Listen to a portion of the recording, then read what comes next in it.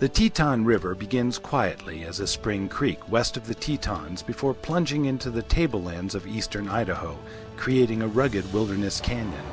Yet this remote canyon remains one of Idaho's best-kept secrets. In the early 1970s, Trout Unlimited and other conservation groups fought a plan to dam this wild river. Teton Dam was built, and disaster quickly followed. June 5th, 1976. Only days away from filling for the first time, Teton Dam ruptured, sending a wall of water down the canyon toward the Snake River Plain. The ensuing flood killed 11 people and caused millions of dollars in damage. 33 years later, the former dam site sits as a reminder of this disaster. In 2009, Idaho launched a controversial study to rebuild Teton Dam and inundate Teton Canyon again. Local farmers say they need the extra water, but others claim there are better ways to meet the needs of agriculture.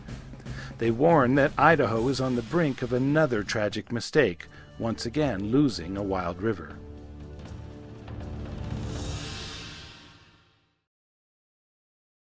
Biologist Michael Whitfield is a fourth-generation Teton Valley native who has studied Teton Canyon his whole career. Well, it was hard to imagine that they would inundate a treasure like this, and particularly that they would think about inundating this treasure a second time. When the dam went out, there was a lot of loss of habitat, but that's coming back. It's really a unique, beautiful place in this part of the world. A lot of people don't imagine that it's there. You see the pastoral farm fields, and then all of a sudden it plunges into this river canyon, and it's such an important ecological treasure for this area with the animals that move in here for winter range, and so it's hard to imagine they would consider throwing that treasure away. Randy Berry's family has operated a fly fishing guide service at the Teton Valley Lodge since 1919. Before the dam, that canyon was incredible. We'd have days where we'd catch 100, 150, 200 fish a day, all on dry flies. There are very few free-flowing rivers that have the tremendous dry fly fishing that canyon has. Throw it right on the bank, you can get your tip down on the water and strip it back. Kim Trotter lives in Teton Valley and works for Trout Unlimited. Teton Canyon is a really special place. This is one of the last remaining strongholds for Yellowstone cutthroat trout. If the Teton River were dammed up, we would lose that migratory fish population that moves from the Teton River up into these really critical spawning habitats.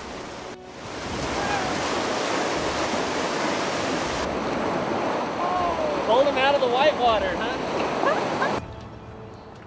Let him head back home, get bigger.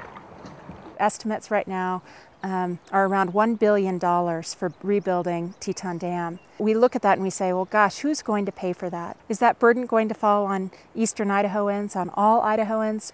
One of the alternatives for water management in eastern Idaho is putting this water in an underground storage facility right under our feet. The Eastern Snake Plain Aquifer is about the size of Lake Erie. It's massive. The Raybold family farms in eastern Idaho. State Representative Dell sees the dam as a long-term necessity. I think that the reservoir, even though it wouldn't be full a lot of the time, would still have a lot of utility even when it gets down low. There is a huge amount of water most years that flows right down the river and on down to the ocean. We don't need any more water in the ocean. It's full. This water is the lifeblood of this whole valley, the whole state for that matter. Lloyd Hicks is a farmer and irrigator near Rexburg who believes there are smarter and cheaper ways to store water. If you go back the last 38 years, you'll find that 2 out of 9, on average, will have accountable water that would go to Teton Dam. That's only a 15 to 17% return on the storage investment. The aquifer is already a reservoir. It's sitting there less than full, depleted in many cases. And it would be a shame to pull resources away from that and miss the opportunity to do the best thing for the state. It's not a ditch, it's not a delivery system for water. It's a wild, living place full of wildlife. Recreation specialist Monica Zimmerman is studying the Teton River for possible federal protection. This river is a hidden jewel for many of the residents of Idaho.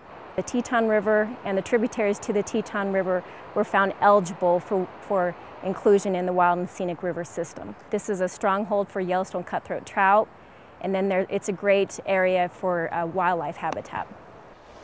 For fishing guide Mike Dawes, the Teton Canyon is an irreplaceable treasure. I would say out of all the rivers that we take our clientele, the Teton Canyon is definitely the most special part of anything that we offer our clients.